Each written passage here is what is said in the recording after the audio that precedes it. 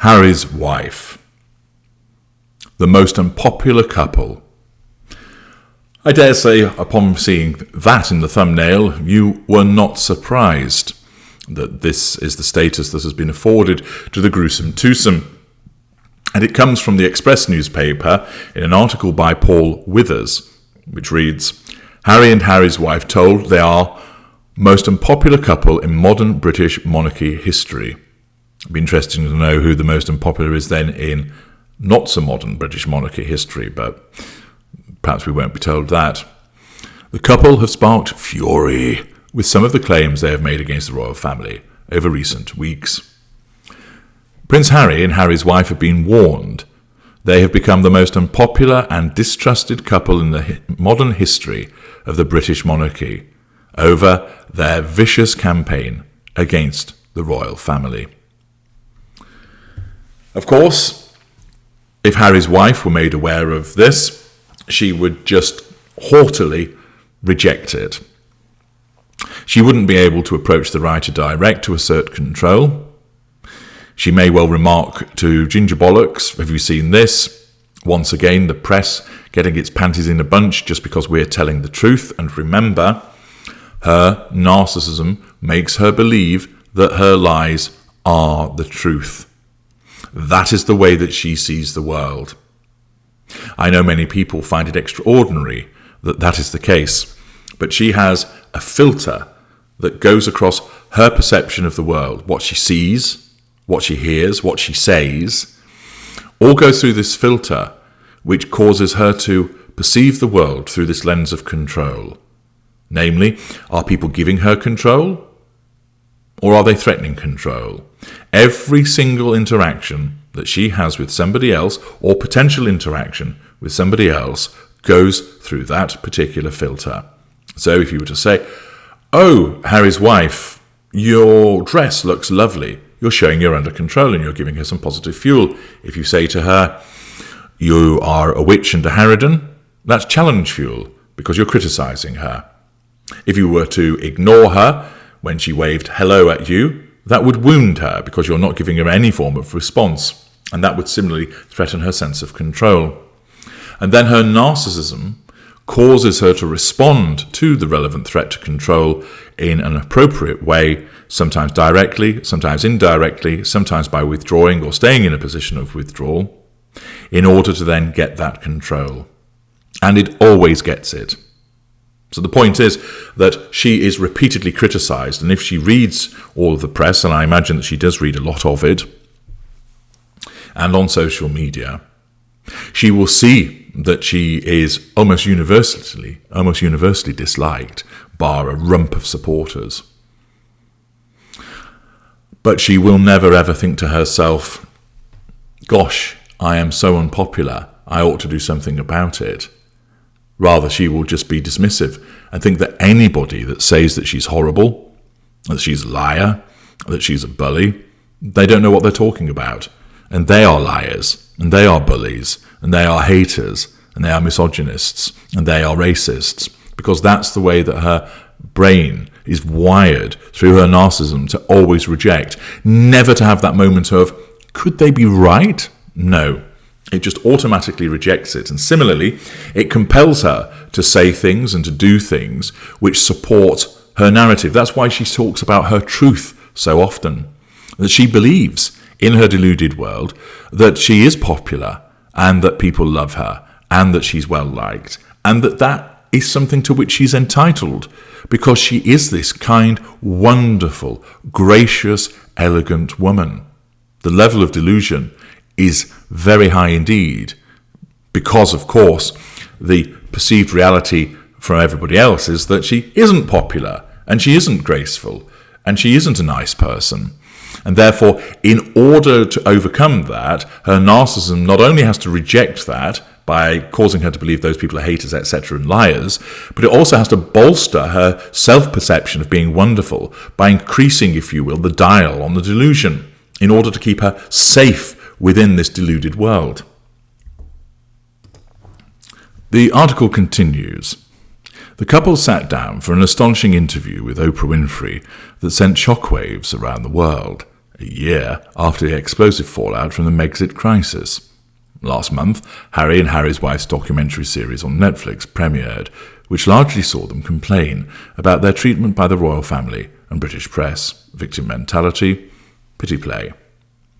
The Duke's hotly anticipated book Spare, which had gone on sale early in Spain, makes more stunning claims against the royals, while Buckingham Palace will be braced for his interviews on ITV and Good Morning America. The recent comments from the couple have led to a furious backlash in many quarters, with calls surging for them to be stripped of their Duke and Duchess of Sussex titles. Niall Gardner, a royal family enthusiast and Washington-based foreign policy expert, tweeted, "Prince Harry and Harry's wife do not deserve to carry royal titles. Their vicious campaign against the royal family is a betrayal of the British people. They have become the most unpopular and distrusted couple in the modern history of the British monarchy." The royal family enthusiast has also warned Harry and Harry's wife's latest vicious attacks are a bridge too far with the royal family, adding they have completely destroyed any remaining goodwill there may have been among the British people.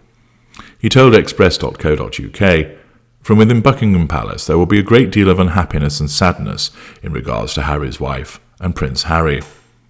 I have no doubt the process for the eventual removal of their royal titles will now begin, especially for Harry's wife.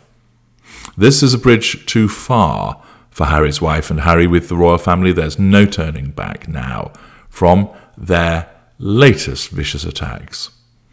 They have spectacularly burnt whatever bridges remain with Buckingham Palace, but significantly, they have completely destroyed any remaining goodwill there may have been among the British people."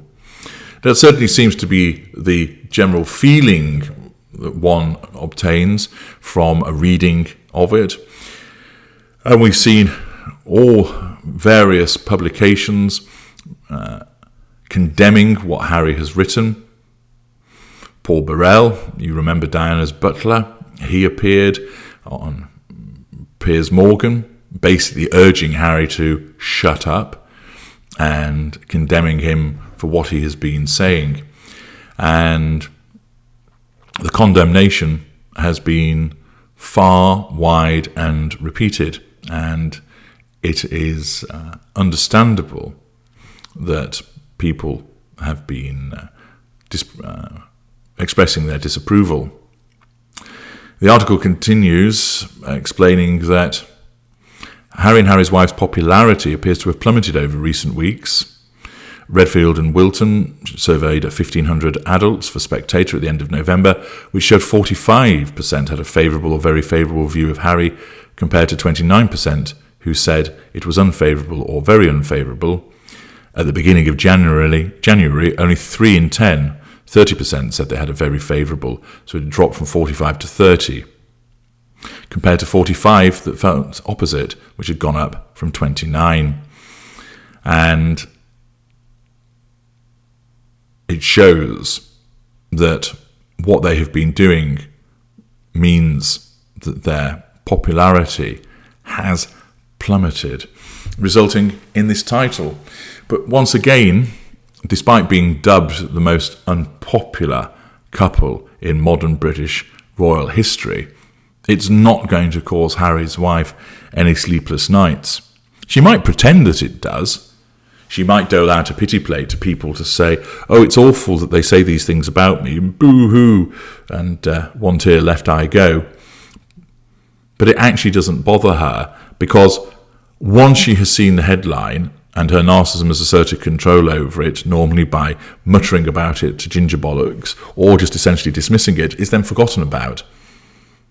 She doesn't pad up and down fretting about it. She'll only pad up and down fretting about it in order to assert control over whoever's witnessing her padding up and down. When she sees it, it causes a problem for her. It will create fury. It might make her feel fearful. It might make her feel anxious. But it doesn't keep going. Once her narcissism has achieved control over the situation, she moves on to the next thing. It's jettisoned. It doesn't serve any purpose for the narcissism to cause her to keep thinking about it. She might, of course, create the impression of thinking about it in front of somebody else, But that's being done to control that other person. So they go, it's okay, don't worry, it'll all be all right. Oh, do you really think so? I mean, people are so hateful, our security's at risk. Don't worry, it'll all be sorted out. I'm sure Harry's got a handle on this. But the point being is, her narcissism will cause her to create this impression of it weighing heavily on her mind. But it's only being done to elicit a response from the person she's talking to by way of pity play in order to assert control over them. The greater problem for her is that each and every time she looks at the newspapers or social media, there'll be another threat to control which her narcissism will have to deal with, and then another threat to control, a fresh one, which her narcissism will have to deal with. But it won't cause her to suddenly go, goodness me, I'm experiencing lots of criticism here, it must all be right, and I'm doing something wrong. That just never, ever registers with her. And that's part of the way that her narcissism works. I'm H.G. Tudor. Thank you for listening.